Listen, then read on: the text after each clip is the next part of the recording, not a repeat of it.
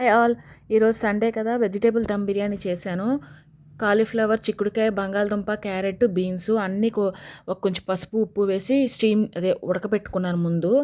తర్వాత ఇది రైస్కి అదేమో కర్డ్ ఏమో వెజీస్ సోక్ చేసుకున్నాను కదా, మ్యాగ్నేట్ చేసుకోవడానికి. హోల్ గరం మసాలా, కరివేపాకు, కొత్తిమీర అన్నీ మీకు తెలిసిందే అంతా అని. దీంట్లో నేను ఎక్కడ బ్రౌన్ ఆనియన్స్ యూస్ చేయలేదు. నేను డైరెక్ట్గా నా స్టైల్లో వెజిటేబుల్ దమ్ బిర్యానీ ఇలా చేస్తాను. ఆనియన్స్, టమాటో, కొత్తిమీర అన్నీ బాగా కొంచెం మగ్గనిచ్చుకోవాలి. తర్వాత ఏదైతే మన వెజ్జీస్ మ్యాగ్నేట్ చేసి పెట్టుకున్నామో అది కూడా యాడ్ చేసుకోవాలి. ఈ లోపల రైస్ అక్కడ కుక్ అవుతుంది. 60% కుక్ అయిన రైస్ని ఒక లేయర్ వేసుకున్నాను.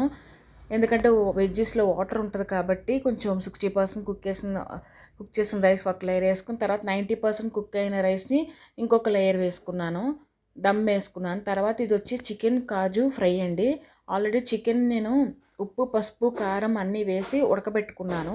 ఇది ఆయిల్లో కొంచెం జీడిపప్పు, అల్లం వెల్లిపాయ పేస్టు, కరివేపాకు, పచ్చిమిర్చి, ఉల్లిపాయ ఇవన్నీ వేసి బాగా సాట్ చేసుకోవాలి. కొంచెం పసుపు ఉప్పు కూడా వేసుకుని, ఉల్లిపాయలకి ఎంత కావాలో అంతే వేసుకోవాలి. తర్వాత చికెన్ కూడా వేసుకున్న తర్వాత కొత్తిమీర, ధనియా పౌడర్, జీరా పౌడర్, మిరియాల పౌడర్ కూడా వేసుకుని ఫ్రై చేసుకుని పక్కన పెట్టుకోవాలి. ఈ లోపల ప్లేట్లో సర్వ్ చేసుకున్నాను.